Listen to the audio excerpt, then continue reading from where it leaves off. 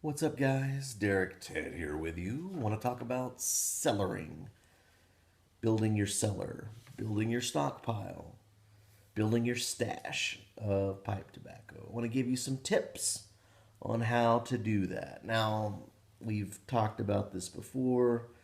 Plenty of reasons out there to build up pipe tobacco, your stores of pipe tobacco. We know that tobacco won't get any cheaper, and we know that it ages well, and we all know that the in the United States that the FDA is, they're looking to make things difficult. So we're not going to harp on the FDA or anything like that, but you should go check out Crossroads Greg's latest video. He broke his YouTube silence yesterday, posted a video showing his latest purchases, and he does a little talk about, wake up, people. It's time to build your cellar. So I thought, why don't I give a few tips out on how to build a cellar, or just general guidelines? Because you know what, it's not rocket surgery. You may not even need these tips, but I just figured I'd throw them out there real quick. Try not to harp on things. Tip number one: don't panic. Keep a cool head. Number two, stay informed, especially of FDA developments, lawsuits, different things like that. On my channel, I try to keep us informed, but there are other places. Number three, take advantage of deals, discounts, and specials, usually at online retailers. SmokeAPipes.com, Pipes and Cigars, Cup of Joe's, Payless Pipes, all these places. They usually run discounts.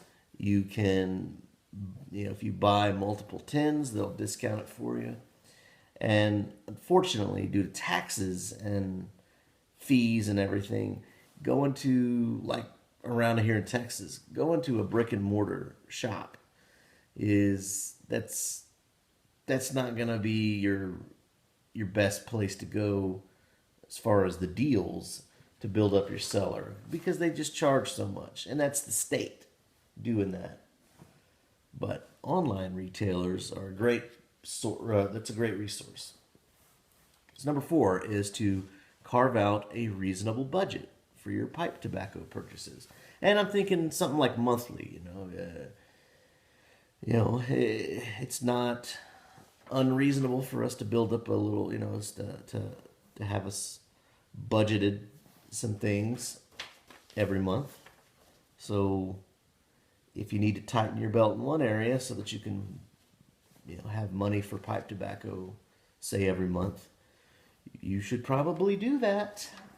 Okay, let's get to the meat and potatoes. Number five is you need to find yourself like a dark, temperature controlled place to store your tobacco. This can be a closet, this can be under your bed, this can be in like a little office area. Get you some tubs or some totes or shelves or a hutch or something.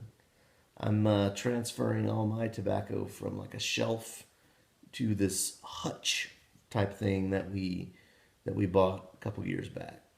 So, yeah, do that. Number six, write the date that you purchased your tin on the tin. Use a Sharpie. That way you can keep track. You know when you bought it. You don't, when it's 15, 20 years down the line, it kind of helps to know, hey, how old is this Escudo? Is this 20 years old or is this 30 years old? Because the tin art don't change too much on that Escudo. Number seven, you need to realize that bulk tobacco will age just fine in your mason jars. And I say this because most of us, myself included, you just want to buy tins. You want to buy the little tins, sometimes the bigger tins, but it's more fun to have stacks and stacks of tins all over the place. But a lot of times it's more economical to buy bulk tobacco, and just understand that if you buy that bulk tobacco, throw it in a mason jar, it will age just fine. And number 8 is to be aware of how age will affect certain types of pipe tobacco. Like for example, Virginias. Virginias do mature, they get sweeter, they develop a more complex flavor. These are the ones, Virginias are the ones that are considered to be the best tobaccos for aging. Now, say Latakia.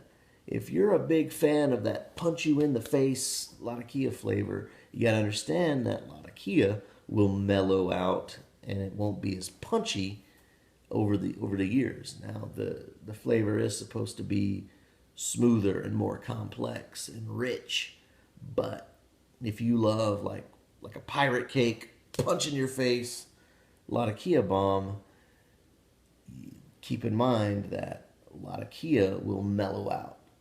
And then things like burley and aromatics, they don't really do much with age. So number 9, with that in mind, is to narrow your focus. This is very personal. Some people are going to want to go out and just buy, all different kinds of tobaccos, everything that they can find. I'm trying to narrow it down. Things that I like. I'm a Virginia Perique guy. So my purchasing choices are probably going to be in that area. I do like a lot of Kia blends, Englishes and Orientals. I do like that. And I will be picking up some, but not as much as, say, a Virginia or Virginia Perique.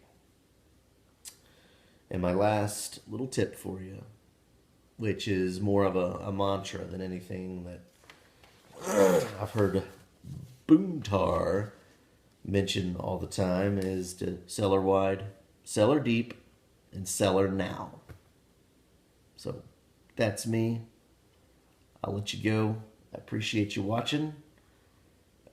Get out there, build your cellar, but remember to don't panic, but to cellar wide, cellar deep, cellar now. Thank you so much for watching.